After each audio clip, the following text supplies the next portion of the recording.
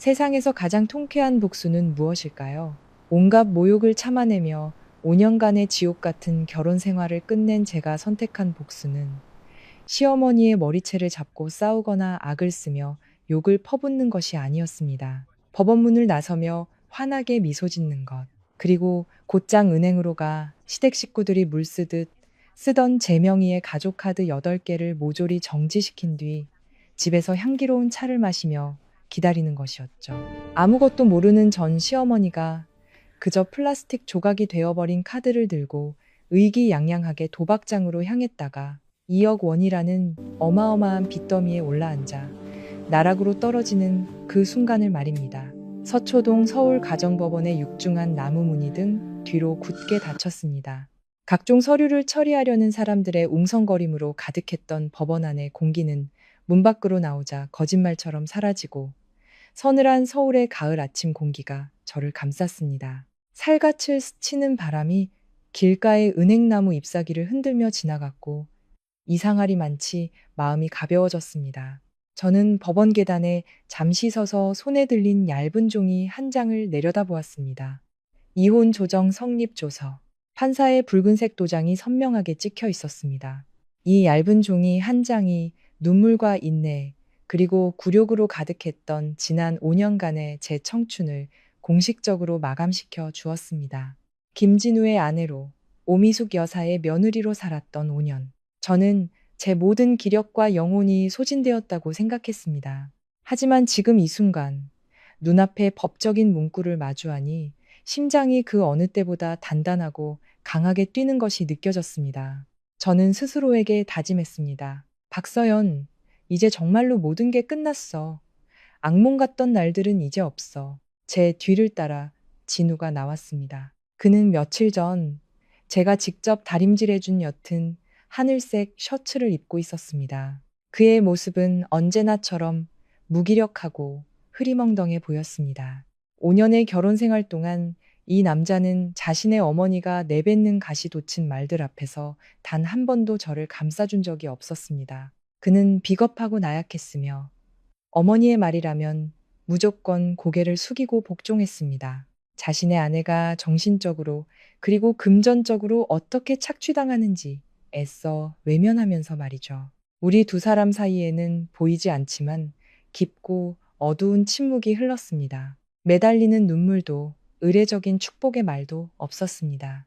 우리의 감정은 이미 오래전에 메말라 버렸으니까요. 그 침묵이 길어지기 전 진우의 주머니에서 요란한 벨소리가 울렸습니다. 한참 유행이 지난 구식 트로트 벨소리가 반복해서 울려 퍼졌습니다. 진우는 허둥지둥 휴대폰을 꺼내 들었고 발신자 이름을 확인하자마 그의 태도가 돌변했습니다. 그는 본능적으로 허리를 숙이며 제가 너무나도 익숙하게 들어왔던 아첨 가득한 목소리로 전화를 받았습니다. 그는 수화기 너머를 향해 비굴할 정도로 공손하게 말했습니다.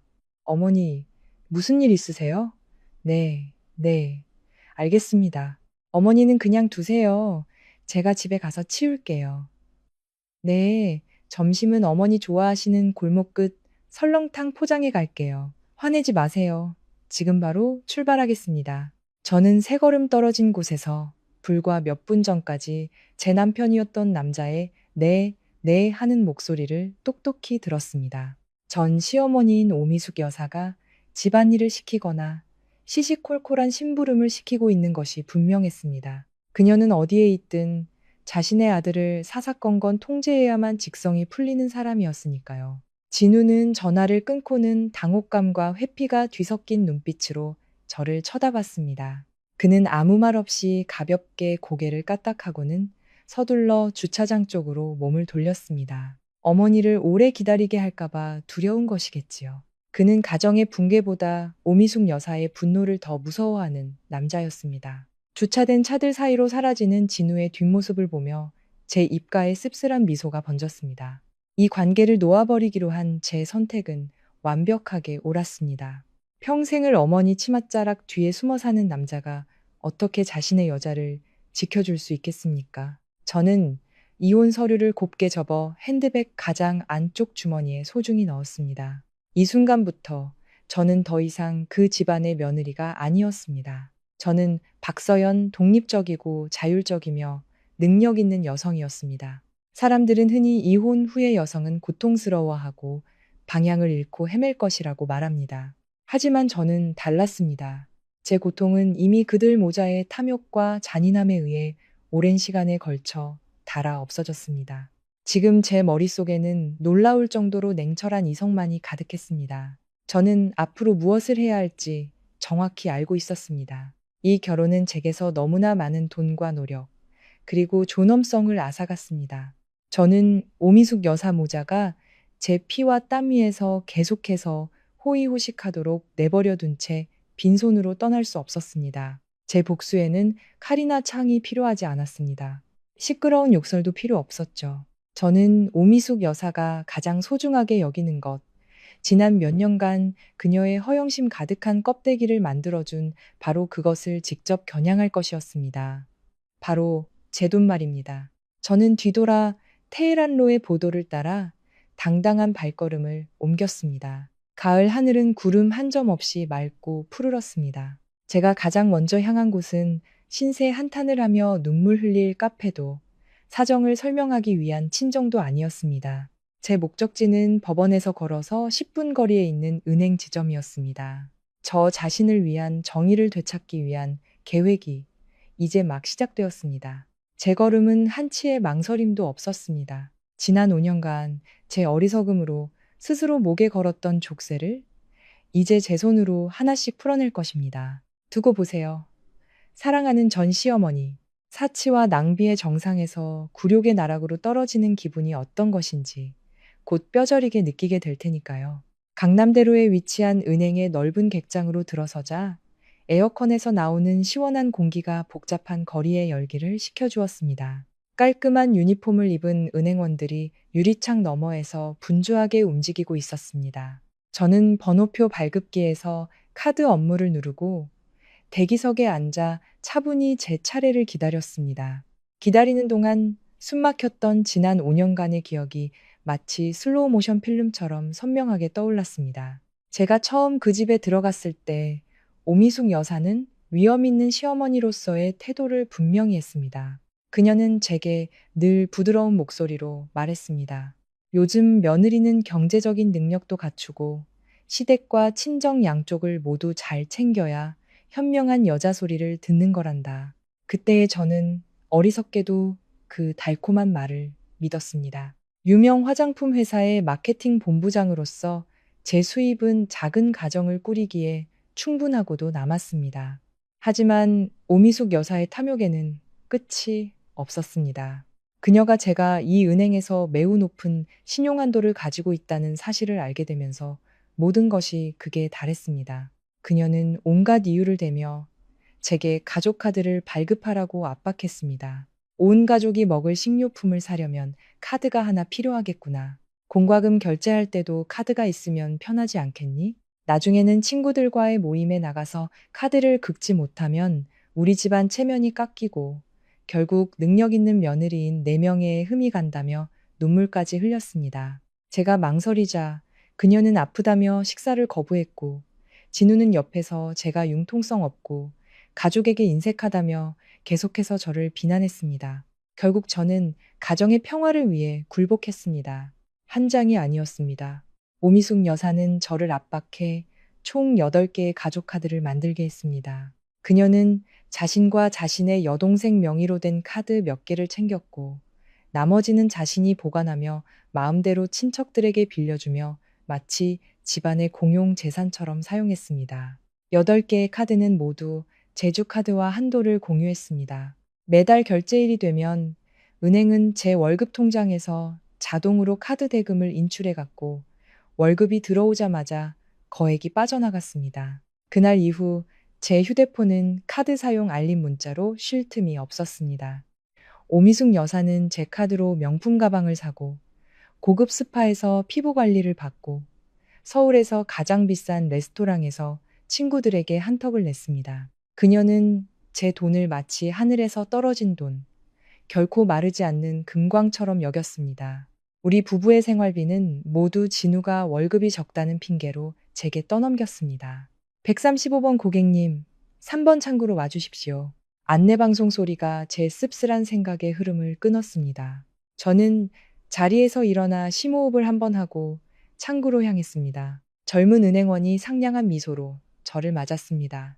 저는 핸드백을 열어 신분증과 필요한 서류들을 꺼내 유리 테이블 위에 올려놓았습니다.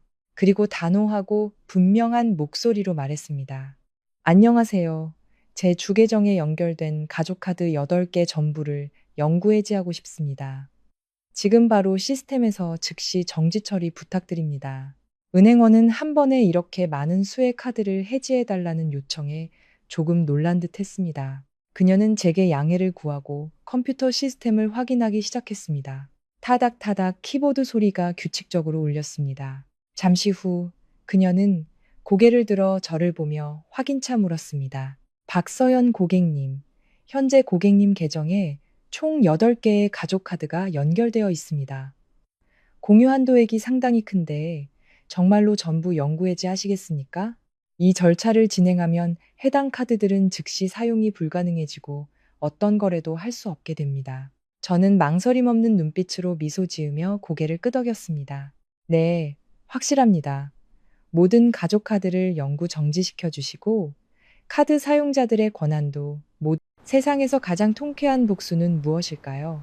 온갖 모욕을 참아내며 5년간의 지옥 같은 결혼 생활을 끝낸 제가 선택한 복수는 시어머니의 머리채를 잡고 싸우거나 악을 쓰며 욕을 퍼붓는 것이 아니었습니다. 법원문을 나서며 환하게 미소 짓는 것. 그리고 곧장 은행으로 가 시댁 식구들이 물쓰듯 쓰던 제 명의의 가족카드 8개를 모조리 정지시킨 뒤 집에서 향기로운 차를 마시며 기다리는 것이었죠. 아무것도 모르는 전 시어머니가 그저 플라스틱 조각이 되어버린 카드를 들고 의기양양하게 도박장으로 향했다가 2억 원이라는 어마어마한 빚더미에 올라앉아 나락으로 떨어지는 그 순간을 말입니다. 서초동 서울가정법원의 육중한 나무 무늬 등 뒤로 굳게 닫혔습니다. 각종 서류를 처리하려는 사람들의 웅성거림으로 가득했던 법원 안의 공기는 문 밖으로 나오자 거짓말처럼 사라지고 서늘한 서울의 가을 아침 공기가 저를 감쌌습니다. 살갗을 스치는 바람이 길가의 은행나무 잎사귀를 흔들며 지나갔고 이상하리 많지 마음이 가벼워졌습니다. 저는 법원 계단에 잠시 서서 손에 들린 얇은 종이 한 장을 내려다보았습니다. 이혼 조정 성립 조서.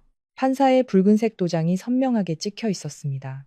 이 얇은 종이 한 장이 눈물과 인내, 그리고 굴욕으로 가득했던 지난 5년간의 제 청춘을 공식적으로 마감시켜 주었습니다. 김진우의 아내로, 오미숙 여사의 며느리로 살았던 5년.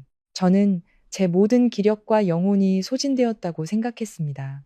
하지만 지금 이 순간, 눈앞에 법적인 문구를 마주하니 심장이 그 어느 때보다 단단하고 강하게 뛰는 것이 느껴졌습니다.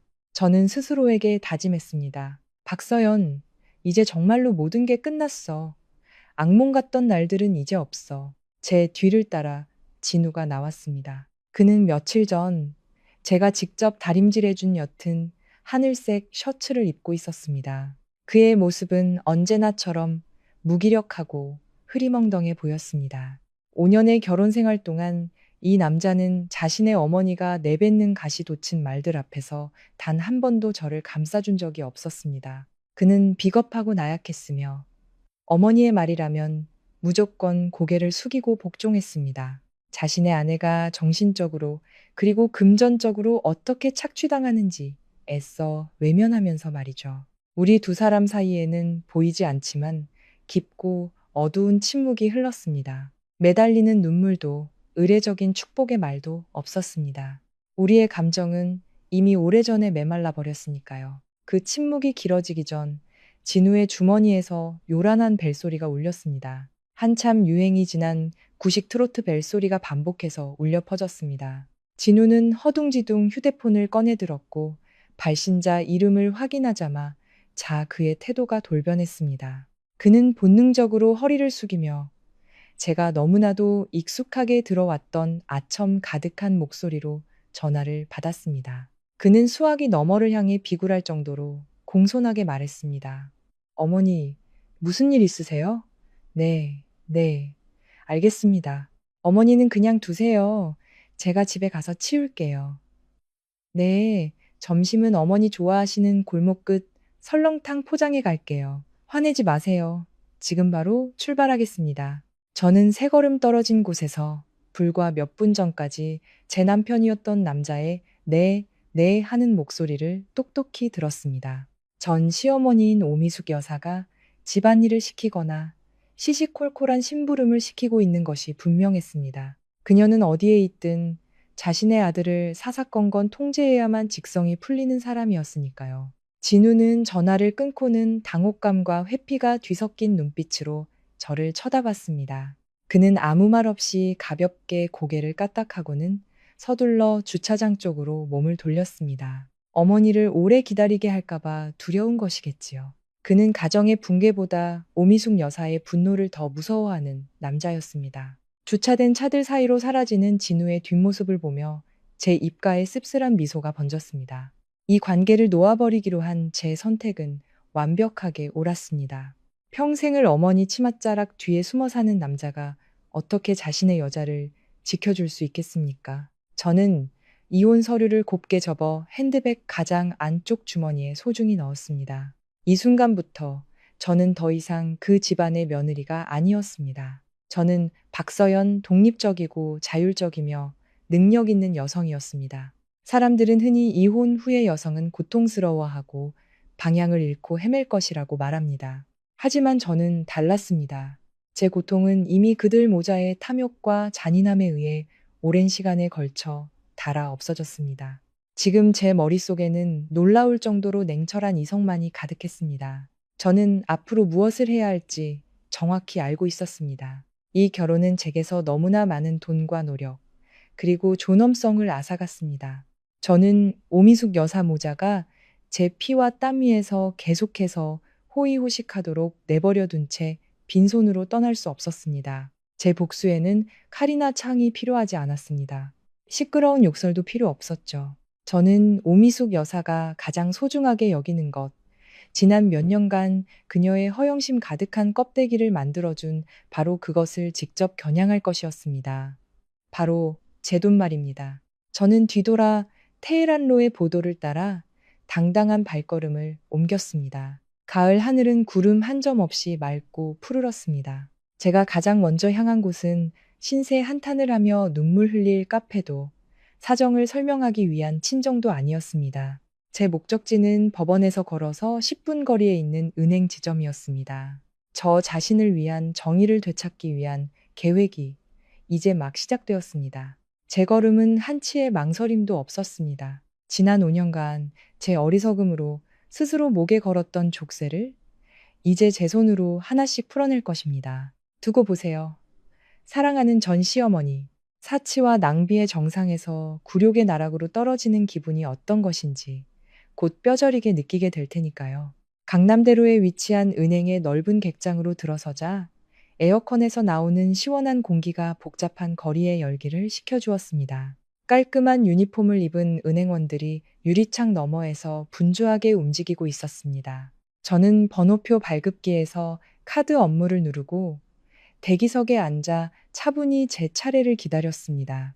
기다리는 동안 숨막혔던 지난 5년간의 기억이 마치 슬로우 모션 필름처럼 선명하게 떠올랐습니다. 제가 처음 그 집에 들어갔을 때 오미숙 여사는 위험 있는 시어머니로서의 태도를 분명히 했습니다. 그녀는 제게 늘 부드러운 목소리로 말했습니다. 요즘 며느리는 경제적인 능력도 갖추고 시댁과 친정 양쪽을 모두 잘 챙겨야 현명한 여자 소리를 듣는 거란다. 그때의 저는 어리석게도 그 달콤한 말을 믿었습니다. 유명 화장품 회사의 마케팅 본부장으로서 제 수입은 작은 가정을 꾸리기에 충분하고도 남았습니다. 하지만 오미숙 여사의 탐욕에는 끝이 없었습니다. 그녀가 제가 이 은행에서 매우 높은 신용한도를 가지고 있다는 사실을 알게 되면서 모든 것이 극에 달했습니다. 그녀는 온갖 이유를 대며 제게 가족 카드를 발급하라고 압박했습니다. 온 가족이 먹을 식료품을 사려면 카드가 하나 필요하겠구나. 공과금 결제할 때도 카드가 있으면 편하지 않겠니? 나중에는 친구들과의 모임에 나가서 카드를 긁지 못하면 우리 집안 체면이 깎이고 결국 능력 있는 며느리인 4명의 흠이 간다며 눈물까지 흘렸습니다. 제가 망설이자 그녀는 아프다며 식사를 거부했고 진우는 옆에서 제가 융통성 없고 가족에게 인색하다며 계속해서 저를 비난했습니다. 결국 저는 가정의 평화를 위해 굴복했습니다. 한 장이 아니었습니다. 오미숙 여사는 저를 압박해 총 8개의 가족 카드를 만들게 했습니다. 그녀는 자신과 자신의 여동생 명의로 된 카드 몇 개를 챙겼고 나머지는 자신이 보관하며 마음대로 친척들에게 빌려주며 마치 집안의 공용 재산처럼 사용했습니다. 8개의 카드는 모두 제주카드와 한도를 공유했습니다. 매달 결제일이 되면 은행은 제 월급 통장에서 자동으로 카드 대금을 인출해갔고 월급이 들어오자마자 거액이 빠져나갔습니다. 그날 이후 제 휴대폰은 카드 사용 알림 문자로 쉴 틈이 없었습니다. 오미숙 여사는 제 카드로 명품 가방을 사고 고급 스파에서 피부 관리를 받고 서울에서 가장 비싼 레스토랑에서 친구들에게 한턱을 냈습니다. 그녀는 제 돈을 마치 하늘에서 떨어진 돈, 결코 마르지 않는 금광처럼 여겼습니다. 우리 부부의 생활비는 모두 진우가 월급이 적다는 핑계로 제게 떠넘겼습니다. 135번 고객님, 3번 창구로 와주십시오. 안내방송 소리가 제 씁쓸한 생각의 흐름을 끊었습니다. 저는 자리에서 일어나 심호흡을 한번 하고 창구로 향했습니다. 젊은 은행원이 상냥한 미소로 저를 맞았습니다. 저는 핸드백을 열어 신분증과 필요한 서류들을 꺼내 유리 테이블 위에 올려놓았습니다. 그리고 단호하고 분명한 목소리로 말했습니다. 안녕하세요. 제 주계정에 연결된 가족카드 8개 전부를 영구 해지하고 싶습니다. 지금 바로 시스템에서 즉시 정지 처리 부탁드립니다. 은행원은 한 번에 이렇게 많은 수의 카드를 해지해달라는 요청에 조금 놀란 듯 했습니다. 그녀는 제게 양해를 구하고 컴퓨터 시스템을 확인하기 시작했습니다. 타닥타닥 키보드 소리가 규칙적으로 울렸습니다. 잠시 후 그녀는 고개를 들어 저를 보며 확인차 물었습니다. 박서연 고객님, 현재 고객님 계정에 총 8개의 가족카드가 연결되어 있습니다. 공유 한도액이 상당히 큰데 정말로 전부 영구 해지하시겠습니까? 이 절차를 진행하면 해당 카드들은 즉시 사용이 불가능해지고 어떤 거래도 할 수 없게 됩니다. 저는 망설임 없는 눈빛으로 미소 지으며 고개를 끄덕였습니다. 네, 확실합니다. 모든 가족 카드를 영구 정지시켜 주시고 카드 사용자들의 권한도 모두 삭제해 주세요. 추후 조회가 필요할 경우를 대비해 오늘 요청 기록과 명세서도 출력 부탁드립니다. 이 시간부로 제 한도에서 단 1원이라도 다른 사람이 사용하는 것을 원치 않습니다. 은행원은 신속하게 몇 장의 확인 서류를 출력했습니다. 고객님, 내용을 꼼꼼히 확인하시고 각 페이지 하단 요청자란에 서명 부탁드립니다. 저는 펜을 들고 종이 위에 인쇄된 명확한 글자들을 훑어보았습니다. 서명을 하나씩 할 때마다 보이지 않는 족쇄가 하나씩 끊어지는 기분이었습니다. 마지막 서명을 마쳤을 때 은행원의 컴퓨터 화면에도 거래 성공이라는 메시지가 떴습니다. 제 피와 땀을 빨아먹던 8개의 카드는 이제 공식적으로 쓸모없는 플라스틱 조각이 되었습니다. 은행원은 서류를 정리하고 선명한 붉은 도장을 찍은 뒤 제게 사본 한 부를 건넸습니다. 고객님, 모든 절차가 완료되었습니다. 이 시간부로 8개의 가족카드는 저희 은행 발급 시스템에서 영구적으로 정지되었습니다. 안심하셔도 좋습니다. 저는 영수증을 받아들고 은행원에게 감사 인사를 한 뒤 밖으로 나섰습니다. 한낮의 햇살이 아스팔트 위로 뜨겁게 내리쬐고 있었지만 제 마음속에서는 시원하고 상쾌한 기운이 솟아올랐습니다. 지난 5년간 제 가슴을 짓누르던 수천 근의 바위가 마침내 치워진 기분이었습니다. 저는 오미숙 여사가 그토록 당연하게 제 피를 빨아먹던 수도꼭지를 제 손으로 직접 잠가버렸습니다. 이것은 단순히 제 재산을 지키기 위한 행동이 아니었습니다. 그것은 그 가족의 오만함을 베어버리기 위해 제가 휘두른 첫 번째 날카로운 칼날이었습니다. 길 건너 오래된 나무 그늘 아래 서서 저는 핸드백에서 휴대폰을 꺼냈습니다. 배경화면은 출장 중에 찍었던 평화로운 풍경 사진이었습니다. 이제 이 썩어빠진 결혼 생활의 마지막 잔재, 세상에서 가장 통쾌한 복수는 무엇일까요? 온갖 모욕을 참아내며 5년간의 지옥 같은 결혼 생활을 끝낸 제가 선택한 복수는 시어머니의 머리채를 잡고 싸우거나 악을 쓰며 욕을 퍼붓는 것이 아니었습니다. 법원문을 나서며 환하게 미소 짓는 것. 그리고 곧장 은행으로 가 시댁 식구들이 물 쓰듯 쓰던 제 명의의 가족 카드 8개를 모조리 정지시킨 뒤 집에서 향기로운 차를 마시며 기다리는 것이었죠. 아무것도 모르는 전 시어머니가 그저 플라스틱 조각이 되어버린 카드를 들고 의기양양하게 도박장으로 향했다가 2억 원이라는 어마어마한 빚더미에 올라앉아 나락으로 떨어지는 그 순간을 말입니다. 서초동 서울가정법원의 육중한 나무 무늬 등 뒤로 굳게 닫혔습니다. 각종 서류를 처리하려는 사람들의 웅성거림으로 가득했던 법원 안의 공기는 문 밖으로 나오자 거짓말처럼 사라지고 서늘한 서울의 가을 아침 공기가 저를 감쌌습니다. 살갗을 스치는 바람이 길가의 은행나무 잎사귀를 흔들며 지나갔고 이상하리 많지 마음이 가벼워졌습니다. 저는 법원 계단에 잠시 서서 손에 들린 얇은 종이 한 장을 내려다보았습니다. 이혼 조정 성립 조서. 판사의 붉은색 도장이 선명하게 찍혀 있었습니다. 이 얇은 종이 한 장이 눈물과 인내, 그리고 굴욕으로 가득했던 지난 5년간의 제 청춘을 공식적으로 마감시켜 주었습니다. 김진우의 아내로 오미숙 여사의 며느리로 살았던 5년. 저는 제 모든 기력과 영혼이 소진되었다고 생각했습니다. 하지만 지금 이 순간 눈앞에 법적인 문구를 마주하니 심장이 그 어느 때보다 단단하고 강하게 뛰는 것이 느껴졌습니다.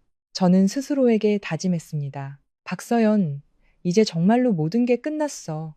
악몽 같던 날들은 이제 없어. 제 뒤를 따라 진우가 나왔습니다. 그는 며칠 전 제가 직접 다림질해준 옅은 하늘색 셔츠를 입고 있었습니다. 그의 모습은 언제나처럼 무기력하고 흐리멍덩해 보였습니다. 5년의 결혼 생활 동안 이 남자는 자신의 어머니가 내뱉는 가시 돋친 말들 앞에서 단 한 번도 저를 감싸준 적이 없었습니다. 그는 비겁하고 나약했으며 어머니의 말이라면 무조건 고개를 숙이고 복종했습니다. 자신의 아내가 정신적으로 그리고 금전적으로 어떻게 착취당하는지 애써 외면하면서 말이죠. 우리 두 사람 사이에는 보이지 않지만 깊고 어두운 침묵이 흘렀습니다. 매달리는 눈물도 의례적인 축복의 말도 없었습니다.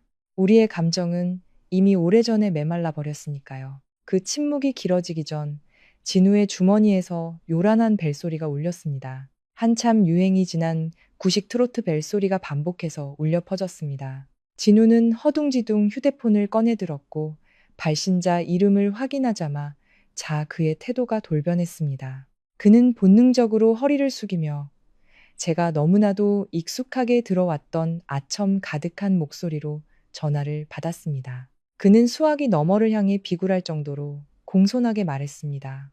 어머니, 무슨 일 있으세요? 네, 네, 알겠습니다. 어머니는 그냥 두세요. 제가 집에 가서 치울게요. 네, 점심은 어머니 좋아하시는 골목 끝 설렁탕 포장해 갈게요. 화내지 마세요. 지금 바로 출발하겠습니다. 저는 세 걸음 떨어진 곳에서 불과 몇 분 전까지 제 남편이었던 남자의 네, 네 하는 목소리를 똑똑히 들었습니다. 전 시어머니인 오미숙 여사가 집안일을 시키거나 시시콜콜한 심부름을 시키고 있는 것이 분명했습니다. 그녀는 어디에 있든 자신의 아들을 사사건건 통제해야만 직성이 풀리는 사람이었으니까요. 진우는 전화를 끊고는 당혹감과 회피가 뒤섞인 눈빛으로 저를 쳐다봤습니다. 그는 아무 말 없이 가볍게 고개를 까딱하고는 서둘러 주차장 쪽으로 몸을 돌렸습니다. 어머니를 오래 기다리게 할까봐 두려운 것이겠지요. 그는 가정의 붕괴보다 오미숙 여사의 분노를 더 무서워하는 남자였습니다. 주차된 차들 사이로 사라지는 진우의 뒷모습을 보며 제 입가에 씁쓸한 미소가 번졌습니다. 이 관계를 놓아버리기로 한 제 선택은 완벽하게 옳았습니다. 평생을 어머니 치맛자락 뒤에 숨어 사는 남자가 어떻게 자신의 여자를 지켜줄 수 있겠습니까? 저는 이혼 서류를 곱게 접어 핸드백 가장 안쪽 주머니에 소중히 넣었습니다. 이 순간부터 저는 더 이상 그 집안의 며느리가 아니었습니다. 저는 박서연, 독립적이고 자율적이며 능력 있는 여성이었습니다. 사람들은 흔히 이혼 후의 여성은 고통스러워하고 방향을 잃고 헤맬 것이라고 말합니다. 하지만 저는 달랐습니다. 제 고통은 이미 그들 모자의 탐욕과 잔인함에 의해 오랜 시간에 걸쳐 닳아 없어졌습니다. 지금 제 머릿속에는 놀라울 정도로 냉철한 이성만이 가득했습니다. 저는 앞으로 무엇을 해야 할지 정확히 알고 있었습니다. 이 결혼은 제게서 너무나 많은 돈과 노력, 그리고 존엄성을 앗아갔습니다. 저는 오미숙 여사 모자가 제 피와 땀 위에서 계속해서 호의호식하도록 내버려 둔 채 빈손으로 떠날 수 없었습니다. 제 복수에는 칼이나 창이 필요하지 않았습니다. 시끄러운 욕설도 필요 없었죠. 저는 오미숙 여사가 가장 소중하게 여기는 것, 지난 몇 년간 그녀의 허영심 가득한 껍데기를 만들어준 바로 그것을 직접 겨냥할 것이었습니다. 바로 제 돈 말입니다. 저는 뒤돌아 테헤란로의 보도를 따라 당당한 발걸음을 옮겼습니다. 가을 하늘은 구름 한 점 없이 맑고 푸르렀습니다. 제가 가장 먼저 향한 곳은 신세 한탄을 하며 눈물 흘릴 카페도 사정을 설명하기 위한 친정도 아니었습니다. 제 목적지는 법원에서 걸어서 10분 거리에 있는 은행 지점이었습니다. 저 자신을 위한 정의를 세상에서 가장 통쾌한 복수는 무엇일까요? 온갖 모욕을 참아내며 5년간의 지옥 같은 결혼 생활을 끝낸 제가 선택한 복수는 시어머니의 머리채를 잡고 싸우거나 악을 쓰며 욕을 퍼붓는 것이 아니었습니다. 법원 문을 나서며 환하게 미소 짓는 것. 그리고 곧장 은행으로 가 시댁 식구들이 물쓰듯 쓰던 제 명의의 가족카드 8개를 모조리 정지시킨 뒤 집에서 향기로운 차를 마시며 기다리는 것이었죠. 아무것도 모르는 전 시어머니가 그저 플라스틱 조각이 되어버린 카드를 들고 의기양양하게 도박장으로 향했다가 2억 원이라는 어마어마한 빚더미에 올라앉아 나락으로 떨어지는 그 순간을 말입니다.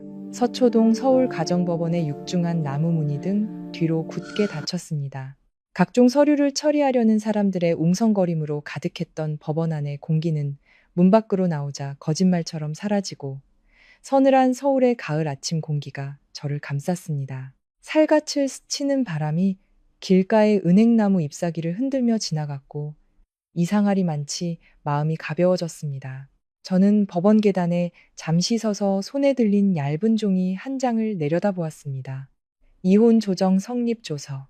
판사의 붉은색 도장이 선명하게 찍혀 있었습니다. 이 얇은 종이 한 장이 눈물과 인내, 그리고 굴욕으로 가득했던 지난 5년간의 제 청춘을 공식적으로 마감시켜 주었습니다. 김진우의 아내로, 오미숙 여사의 며느리로 살았던 5년. 저는 제 모든 기력과 영혼이 소진되었다고 생각했습니다. 하지만 지금 이 순간, 눈앞에 법적인 문구를 마주하니 심장이 그 어느 때보다 단단하고 강하게 뛰는 것이 느껴졌습니다. 저는 스스로에게 다짐했습니다. 박서연, 이제 정말로 모든 게 끝났어. 악몽 같던 날들은 이제 없어. 제 뒤를 따라 진우가 세상에서 가장 통쾌한 복수는 무엇일까요? 온갖 모욕을 참아내며 5년간의 지옥 같은 결혼 생활을 끝낸 제가 선택한 복수는 시어머니의 머리채를 잡고 싸우거나 악을 쓰며 욕을 퍼붓는 것이 아니었습니다. 법원 문을 나서며 환하게 미소 짓는 것. 그리고 곧장 은행으로 가 시댁 식구들이 물쓰듯 쓰던 제 명의의 가족카드 8개를 모조리 정지시킨 뒤 집에서 향기로운 차를 마시며 기다리는 것이었죠. 아무것도 모르는 전 시어머니가 그저 플라스틱 조각이 되어버린 카드를 들고 의기양양하게 도박장으로 향했다가 2억 원이라는 어마어마한 빚더미에 올라앉아 나락으로 떨어지는 그 순간을 말입니다. 서초동 서울가정법원의 육중한 나무 무늬 등 뒤로 굳게 닫혔습니다. 각종 서류를 처리하려는 사람들의 웅성거림으로 가득했던 법원 안의 공기는 문 밖으로 나오자 거짓말처럼 사라지고 서늘한 서울의 가을 아침 공기가 저를 감쌌습니다. 살갗을 스치는 바람이 길가의 은행나무 잎사귀를 흔들며 지나갔고 이상하리 많지 마음이 가벼워졌습니다. 저는 법원 계단에 잠시 서서 손에 들린 얇은 종이 한 장을 내려다보았습니다. 이혼 조정 성립 조서. 판사의 붉은색 도장이 선명하게 찍혀 있었습니다. 이 얇은 종이 한 장이 눈물과 인내, 그리고 굴욕으로 가득했던 지난 5년간의 제 청춘을 공식적으로 마감시켜 주었습니다. 김진우의 아내로, 오미숙 여사의 며느리로 살았던 5년. 저는 제 모든 기력과 영혼이 소진되었다고 생각했습니다. 하지만 지금 이 순간, 눈앞에 법적인 문구를 마주하니 심장이 그 어느 때보다 단단하고 강하게 뛰는 것이 느껴졌습니다. 저는 스스로에게 다짐했습니다. 박서연, 이제 정말로 모든 게 끝났어. 악몽 같던 날들은 이제 없어. 제 뒤를 따라 진우가 나왔습니다. 그는 며칠 전 제가 직접 다림질해준 옅은 하늘색 셔츠를 입고 있었습니다. 그의 모습은 언제나처럼 무기력하고 흐리멍덩해 보였습니다. 5년의 결혼 생활 동안 이 남자는 자신의 어머니가 내뱉는 가시 돋친 말들 앞에서 단 한 번도 저를 감싸준 적이 없었습니다. 그는 비겁하고 나약했으며 어머니의 말이라면 무조건 고개를 숙이고 복종했습니다. 자신의 아내가 정신적으로 그리고 금전적으로 어떻게 착취당하는지 애써 외면하면서 말이죠. 우리 두 사람 사이에는 보이지 않지만 깊고 어두운 침묵이 흘렀습니다. 매달리는 눈물도 의례적인 축복의 말도 없었습니다. 우리의 감정은 이미 오래전에 메말라 버렸으니까요. 그 침묵이 길어지기 전 진우의 주머니에서 요란한 벨소리가 울렸습니다. 한참 유행이 지난 구식 트로트 벨소리가 반복해서 울려 퍼졌습니다. 진우는 허둥지둥 휴대폰을 꺼내 들었고 발신자 이름을 확인하자마 그의 태도가 돌변했습니다. 그는 본능적으로 허리를 숙이며 제가 너무나도 익숙하게 들어왔던 아첨 가득한 목소리로 전화를 받았습니다. 그는 수화기 너머를 향해 비굴할 정도로 공손하게 말했습니다. 어머니, 무슨 일 있으세요? 네, 네, 알겠습니다. 어머니는 그냥 두세요. 제가 집에 가서 치울게요. 네, 점심은 어머니 좋아하시는 골목 끝 설렁탕 포장해 갈게요. 화내지 마세요. 지금 바로 출발하겠습니다. 저는 세 걸음 떨어진 곳에서 불과 몇 분 전까지 제 남편이었던 남자의 네, 네 하는 목소리를 똑똑히 들었습니다. 전 시어머니인 오미숙 여사가 집안일을 시키거나 시시콜콜한 심부름을 시키고 있는 것이 분명했습니다. 그녀는 어디에 있든 자신의 아들을 사사건건 통제해야만 직성이 풀리는 사람이었으니까요. 진우는 전화를 끊고는 당혹감과 회피가 뒤섞인 눈빛으로 저를 쳐다봤습니다. 그는 아무 말 없이 가볍게 고개를 까딱하고는 서둘러 주차장 쪽으로 몸을 돌렸습니다. 어머니를 오래 기다리게 할까봐 두려운 것이겠지요. 그는 가정의 붕괴보다 오미숙 여사의 분노를 더 무서워하는 남자였습니다. 주차된 차들 사이로 사라지는 진우의 뒷모습을 보며 제 입가에 씁쓸한 미소가 번졌습니다. 이 관계를 놓아버리기로 한 제 선택은 완벽하게 옳았습니다. 평생을 어머니 치맛자락 뒤에 숨어 사는 남자가 어떻게 자신의 여자를 지켜줄 수 있겠습니까? 저는 이혼 서류를 곱게 접어 핸드백 가장 안쪽 주머니에 소중히 넣었습니다. 이 순간부터 저는 더 이상 그 집안의 며느리가 아니었습니다. 저는 박서연 독립적이고 자율적이며 능력 있는 여성이었습니다. 사람들은 흔히 이혼 후의 여성은 고통스러워하고 방향을 잃고 헤맬 것이라고 말합니다. 하지만 저는 달랐습니다. 제 고통은 이미 그들 모자의 탐욕과 잔인함에 의해 오랜 시간에 걸쳐 닳아 없어졌습니다. 지금 제 머릿속에는 놀라울 정도로 냉철한 이성만이 가득했습니다. 저는 앞으로 무엇을 해야 할지 정확히 알고 있었습니다. 이 결혼은 제게서 너무나 많은 돈과 노력, 그리고 존엄성을 앗아갔습니다.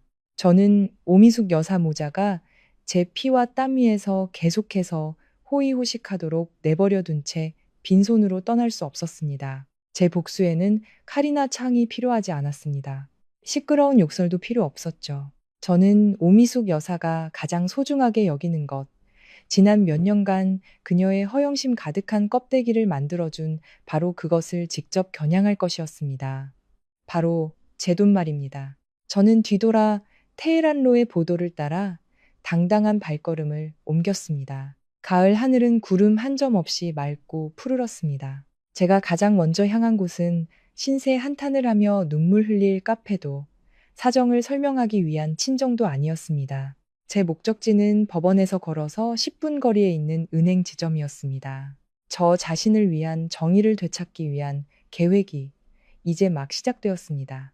제 걸음은 한치의 망설임도 없었습니다. 지난 5년간 제 어리석음으로 스스로 목에 걸었던 족쇄를 이제 제 손으로 하나씩 풀어낼 것입니다. 두고 보세요. 사랑하는 전 시어머니, 사치와 낭비의 정상에서 굴욕의 나락으로 떨어지는 기분이 어떤 것인지 곧 뼈저리게 느끼게 될 테니까요. 강남대로에 위치한 은행의 넓은 객장으로 들어서자 에어컨에서 나오는 시원한 공기가 복잡한 거리의 열기를 식혀주었습니다. 깔끔한 유니폼을 입은 은행원들이 유리창 너머에서 분주하게 움직이고 있었습니다. 저는 번호표 발급기에서 카드 업무를 누르고 대기석에 앉아 차분히 제 차례를 기다렸습니다. 기다리는 동안 숨막혔던 지난 5년간의 기억이 마치 슬로우 모션 필름처럼 선명하게 떠올랐습니다. 제가 처음 그 집에 들어갔을 때 오미숙 여사는 위험 있는 시어머니로서의 태도를 분명히 했습니다. 그녀는 제게 늘 부드러운 목소리로 말했습니다. 요즘 며느리는 경제적인 능력도 갖추고 시댁과 친정 양쪽을 모두 잘 챙겨야 현명한 여자 소리를 듣는 거란다. 그때의 저는 어리석게도 그 달콤한 말을 믿었습니다. 유명 화장품 회사의 마케팅 본부장으로서 제 수입은 작은 가정을 꾸리기에 충분하고도 남았습니다. 하지만 오미숙 여사의 탐욕에는 끝이 없었습니다.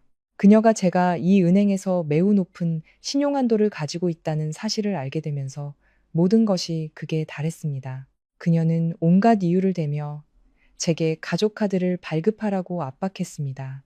온 가족이 먹을 식료품을 사려면 카드가 하나 필요하겠구나. 공과금 결제할 때도 카드가 있으면 편하지 않겠니? 나중에는 친구들과의 모임에 나가서 카드를 긁지 못하면 우리 집안 체면이 깎이고 결국 능력 있는 며느리인 4명의 흠이 간다며 눈물까지 흘렸습니다. 제가 망설이자 그녀는 아프다며 식사를 거부했고 진우는 옆에서 제가 융통성 없고 가족에게 인색하다며 계속해서 저를 비난했습니다.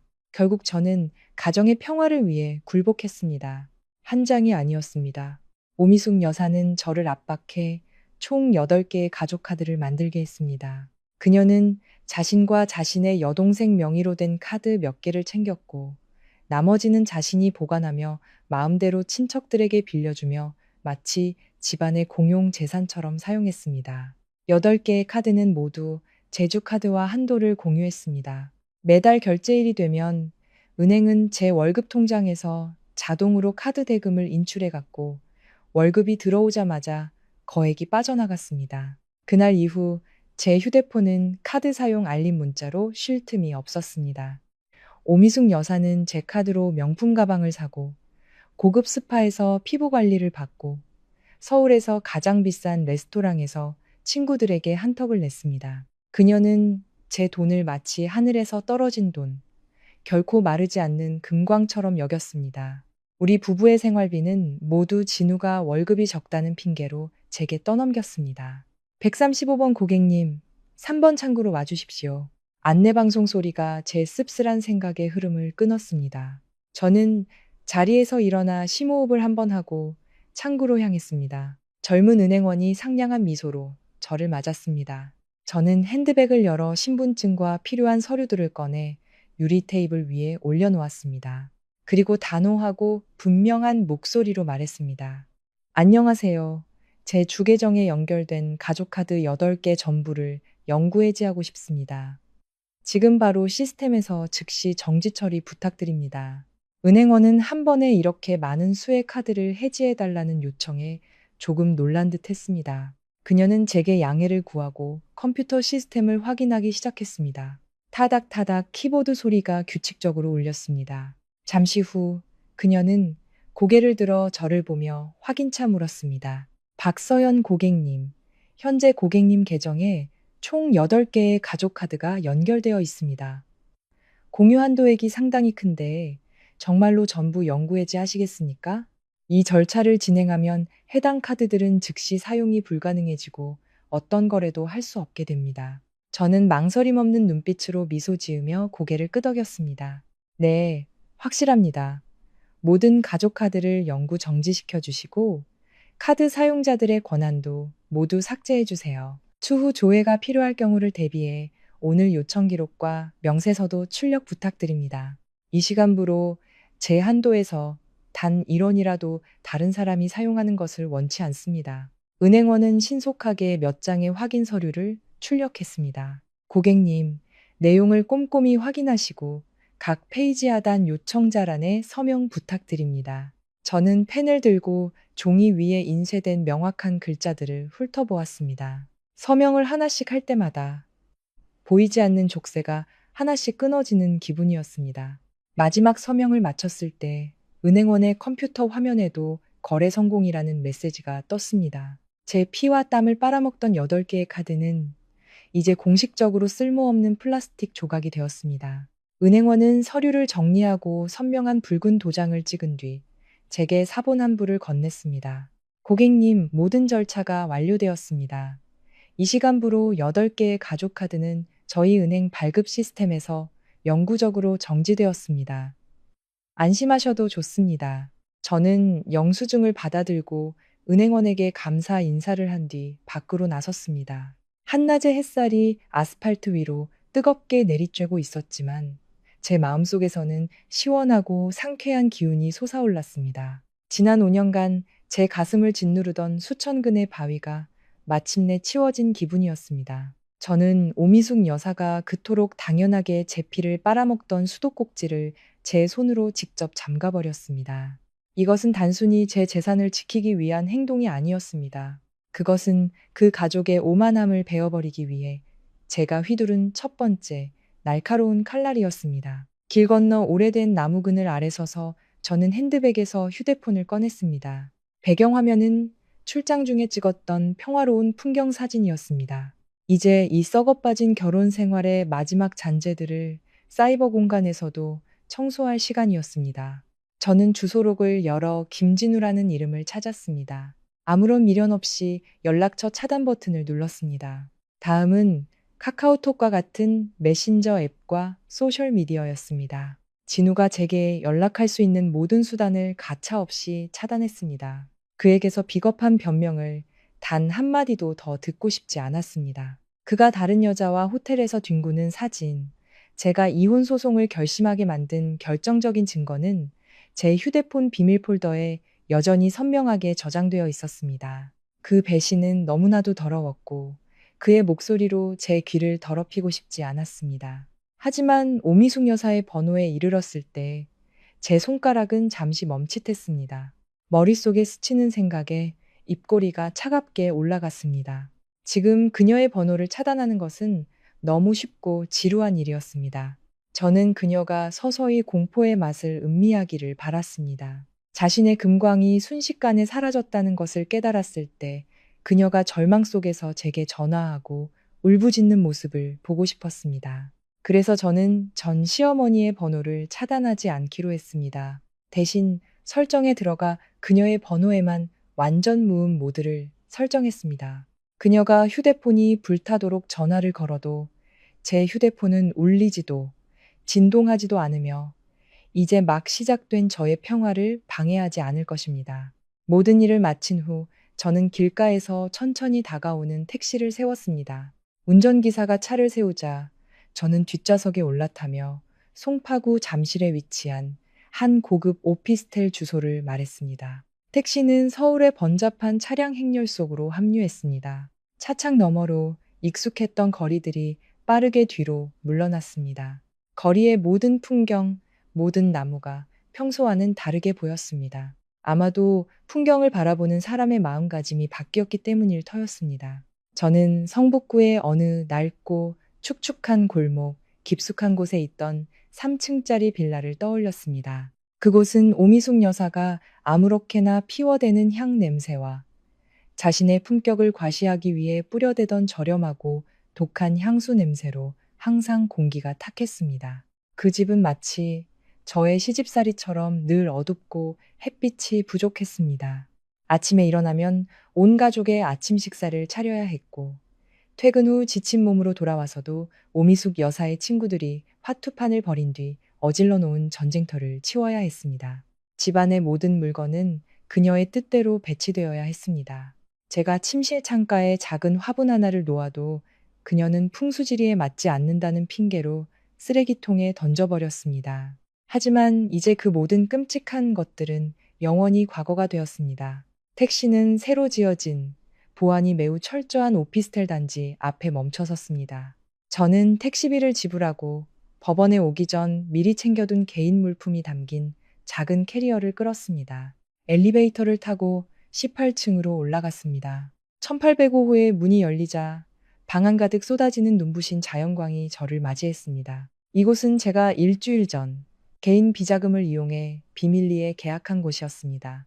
그리 넓지는 않았습니다. 침실 하나, 주방과 이어진 거실 하나가 전부였지만 이곳은 온전히 저만의 공간이었습니다. 벽은 은은한 크림색으로 칠해져 있었고 작은 발코니에는 햇살을 받으며 자라는 페투니아 화분 몇 개가 화사하게 피어 있었습니다. 역한 향 냄새도 감시하는 눈초리도 비난 섞인 잔소리도 없었습니다. 오직 부드러운 정적과 저 자신에게 속한 공간만이 존재했습니다. 저는 거실 중앙의 푹신한 소파에 몸을 던지고 눈을 감은 채 깊은 숨을 들이마셨습니다. 진정한 자유가 제 폐부를 가득 채웠습니다. 이 기분은 마치 물에 빠져 죽어가던 사람이 수면 위로 올라와 처음으로 신선한 공기를 마시는 것과 같았습니다.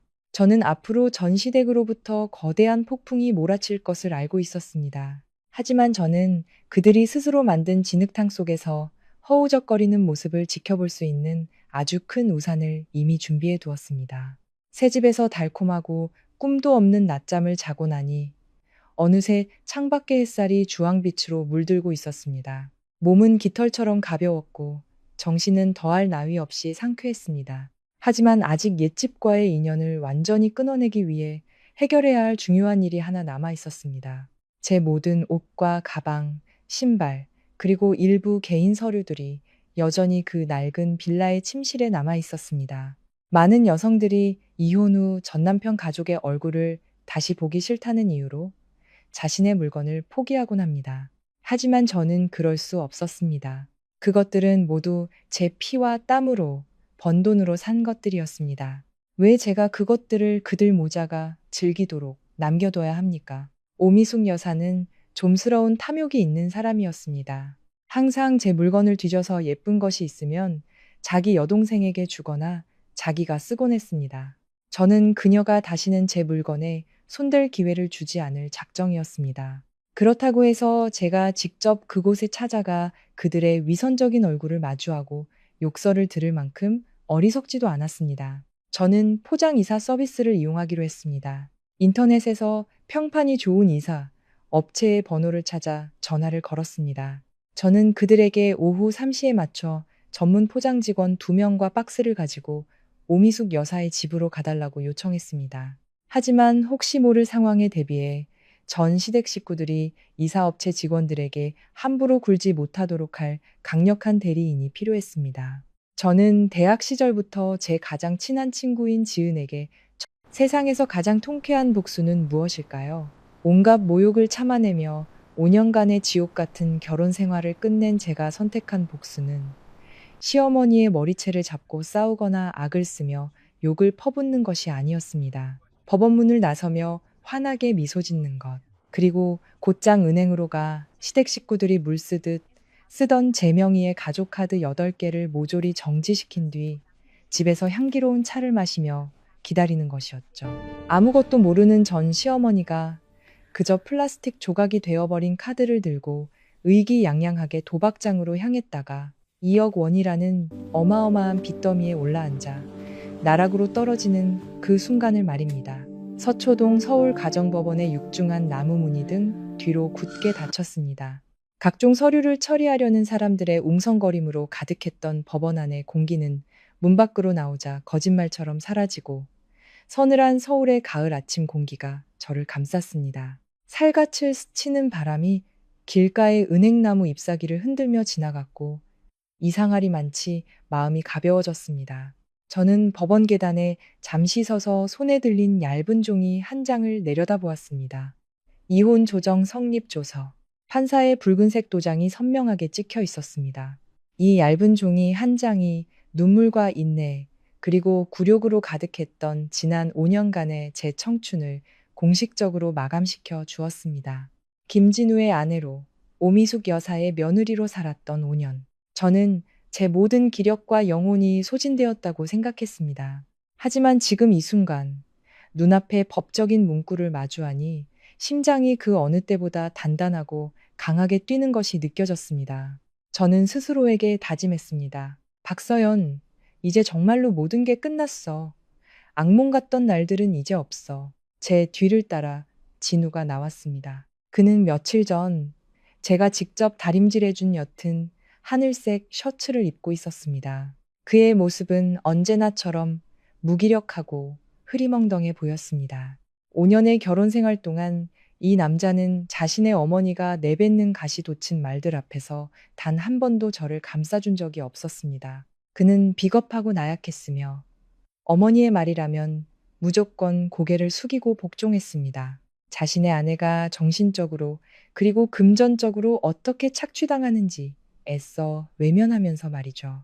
우리 두 사람 사이에는 보이지 않지만 깊고 어두운 침묵이 흘렀습니다. 매달리는 눈물도 의례적인 축복의 말도 없었습니다. 우리의 감정은 이미 오래전에 메말라 버렸으니까요. 그 침묵이 길어지기 전 진우의 주머니에서 요란한 벨소리가 울렸습니다. 한참 유행이 지난 구식 트로트 벨소리가 반복해서 울려 퍼졌습니다. 진우는 허둥지둥 휴대폰을 꺼내 들었고 발신자 이름을 확인하자마 그의 태도가 돌변했습니다. 그는 본능적으로 허리를 숙이며 제가 너무나도 익숙하게 들어왔던 아첨 가득한 목소리로 전화를 받았습니다. 그는 수화기 너머를 향해 비굴할 정도로 공손하게 말했습니다. 어머니, 무슨 일 있으세요? 네, 네, 알겠습니다. 어머니는 그냥 두세요. 제가 집에 가서 치울게요. 네, 점심은 어머니 좋아하시는 골목 끝 설렁탕 포장해 갈게요. 화내지 마세요. 지금 바로 출발하겠습니다. 저는 세 걸음 떨어진 곳에서 불과 몇 분 전까지 제 남편이었던 남자의 네, 네 하는 목소리를 똑똑히 들었습니다. 전 시어머니인 오미숙 여사가 집안일을 시키거나 시시콜콜한 심부름을 시키고 있는 것이 분명했습니다. 그녀는 어디에 있든 자신의 아들을 사사건건 통제해야만 직성이 풀리는 사람이었으니까요. 진우는 전화를 끊고는 당혹감과 회피가 뒤섞인 눈빛으로 저를 쳐다봤습니다. 그는 아무 말 없이 가볍게 고개를 까딱하고는 서둘러 주차장 쪽으로 몸을 돌렸습니다. 어머니를 오래 기다리게 할까봐 두려운 것이겠지요. 그는 가정의 붕괴보다 오미숙 여사의 분노를 더 무서워하는 남자였습니다. 주차된 차들 사이로 사라지는 진우의 뒷모습을 보며 제 입가에 씁쓸한 미소가 번졌습니다. 이 관계를 놓아버리기로 한 제 선택은 완벽하게 옳았습니다. 평생을 어머니 치맛자락 뒤에 숨어 사는 남자가 어떻게 자신의 여자를 지켜줄 수 있겠습니까? 저는 이혼 서류를 곱게 접어 핸드백 가장 안쪽 주머니에 소중히 넣었습니다. 이 순간부터 저는 더 이상 그 집안의 며느리가 아니었습니다. 저는 박서연 독립적이고 자율적이며 능력 있는 여성이었습니다. 사람들은 흔히 이혼 후의 여성은 고통스러워하고 방향을 잃고 헤맬 것이라고 말합니다. 하지만 저는 달랐습니다. 제 고통은 이미 그들 모자의 탐욕과 잔인함에 의해 오랜 시간에 걸쳐 닳아 없어졌습니다. 지금 제 머릿속에는 놀라울 정도로 냉철한 이성만이 가득했습니다. 저는 앞으로 무엇을 해야 할지 정확히 알고 있었습니다. 이 결혼은 제게서 너무나 많은 돈과 노력, 그리고 존엄성을 앗아갔습니다. 저는 오미숙 여사 모자가 제 피와 땀 위에서 계속해서 호의호식하도록 내버려둔 채 빈손으로 떠날 수 없었습니다. 제 복수에는 칼이나 창이 필요하지 않았습니다. 시끄러운 욕설도 필요 없었죠. 저는 오미숙 여사가 가장 소중하게 여기는 것, 지난 몇 년간 그녀의 허영심 가득한 껍데기를 만들어준 바로 그것을 직접 겨냥할 것이었습니다. 바로 제 돈 말입니다. 저는 뒤돌아 세상에서 가장 통쾌한 복수는 무엇일까요? 온갖 모욕을 참아내며 5년간의 지옥 같은 결혼 생활을 끝낸 제가 선택한 복수는 시어머니의 머리채를 잡고 싸우거나 악을 쓰며 욕을 퍼붓는 것이 아니었습니다. 법원문을 나서며 환하게 미소 짓는 것. 그리고 곧장 은행으로 가 시댁 식구들이 물 쓰듯 쓰던 제명의의 가족 카드 8개를 모조리 정지시킨 뒤 집에서 향기로운 차를 마시며 기다리는 것이었죠. 아무것도 모르는 전 시어머니가 그저 플라스틱 조각이 되어버린 카드를 들고 의기양양하게 도박장으로 향했다가 2억 원이라는 어마어마한 빚더미에 올라앉아 나락으로 떨어지는 그 순간을 말입니다. 서초동 서울가정법원의 육중한 나무 무늬 등 뒤로 굳게 닫혔습니다. 각종 서류를 처리하려는 사람들의 웅성거림으로 가득했던 법원 안의 공기는 문 밖으로 나오자 거짓말처럼 사라지고 서늘한 서울의 가을 아침 공기가 저를 감쌌습니다. 살갗을 스치는 바람이 길가의 은행나무 잎사귀를 흔들며 지나갔고 이상하리 많지 마음이 가벼워졌습니다. 저는 법원 계단에 잠시 서서 손에 들린 얇은 종이 한 장을 내려다보았습니다. 이혼 조정 성립 조서. 판사의 붉은색 도장이 선명하게 찍혀 있었습니다. 이 얇은 종이 한 장이 눈물과 인내, 그리고 굴욕으로 가득했던 지난 5년간의 제 청춘을 공식적으로 마감시켜 주었습니다. 김진우의 아내로, 오미숙 여사의 며느리로 살았던 5년. 저는 제 모든 기력과 영혼이 소진되었다고 생각했습니다. 하지만 지금 이 순간, 눈앞에 법적인 문구를 마주하니 심장이 그 어느 때보다 단단하고 강하게 뛰는 것이 느껴졌습니다. 저는 스스로에게 다짐했습니다. 박서연, 이제 정말로 모든 게 끝났어. 악몽 같던 날들은 이제 없어. 제 뒤를 따라 진우가 나왔습니다. 그는 며칠 전 제가 직접 다림질해준 옅은 하늘색 셔츠를 입고 있었습니다. 그의 모습은 언제나처럼 무기력하고 흐리멍덩해 보였습니다. 5년의 결혼 생활 동안 이 남자는 자신의 어머니가 내뱉는 가시 돋친 말들 앞에서 단 한 번도 저를 감싸준 적이 없었습니다. 그는 비겁하고 나약했으며 어머니의 말이라면 무조건 고개를 숙이고 복종했습니다. 자신의 아내가 정신적으로 그리고 금전적으로 어떻게 착취당하는지 애써 외면하면서 말이죠. 우리 두 사람 사이에는 보이지 않지만 깊고 어두운 침묵이 흘렀습니다. 매달리는 눈물도 의례적인 축복의 말도 없었습니다. 우리의 감정은 이미 오래전에 메말라 버렸으니까요. 그 침묵이 길어지기 전 진우의 주머니에서 요란한 벨소리가 울렸습니다. 한참 유행이 지난 구식 트로트 벨소리가 반복해서 울려 퍼졌습니다. 진우는 허둥지둥 휴대폰을 꺼내 들었고 발신자 이름을 확인하자마 그의 태도가 돌변했습니다. 그는 본능적으로 허리를 숙이며 제가 너무나도 익숙하게 들어왔던 아첨 가득한 목소리로 전화를 받았습니다. 그는 수화기 너머를 향해 비굴할 정도로 공손하게 말했습니다. 어머니, 무슨 일 있으세요? 네, 네, 알겠습니다. 어머니는 그냥 두세요. 제가 집에 가서 치울게요. 네, 점심은 어머니 좋아하시는 골목 끝 설렁탕 포장해 갈게요. 화내지 마세요. 지금 바로 출발하겠습니다. 저는 세 걸음 떨어진 곳에서 불과 몇 분 전까지 제 남편이었던 남자의 네, 네 하는 목소리를 똑똑히 들었습니다.